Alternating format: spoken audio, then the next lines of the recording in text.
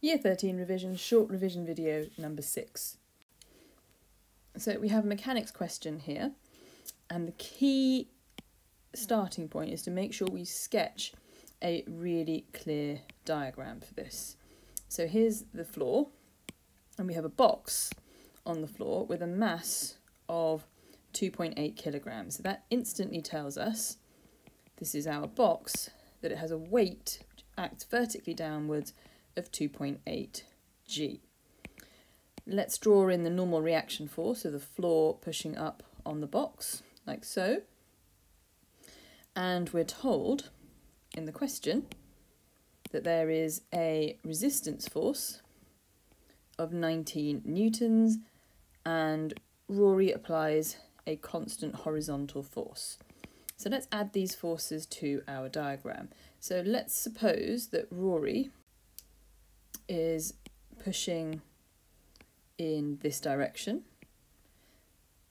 with a constant horizontal force which we will call P, and there must be a frictional force opposing the motion, which is the resistance force of magnitude 19 newtons. So the box accelerates from rest to 1.2 meters per second over a distance of 1.8 meters. So that means the acceleration is in this direction, in the direction in which Rory is pushing. So part 1, calculate the acceleration. Part 2, calculate the magnitude of the force applied by Rory. So constant forces means constant acceleration. So constant resultant force, constant acceleration. We can use our Suvat or constant acceleration equations here. So S is 1.8 meters.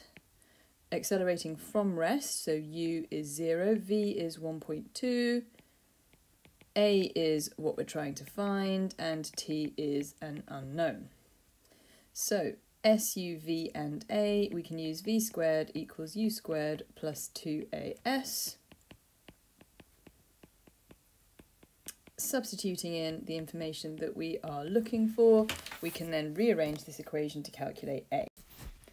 A works out to be 0.4 meters per second squared, and for part 2, to calculate the magnitude of the force that Rory applies, we're going to use F equals ma, resultant force is mass multiplied by acceleration. We'll take going to the right as the positive direction.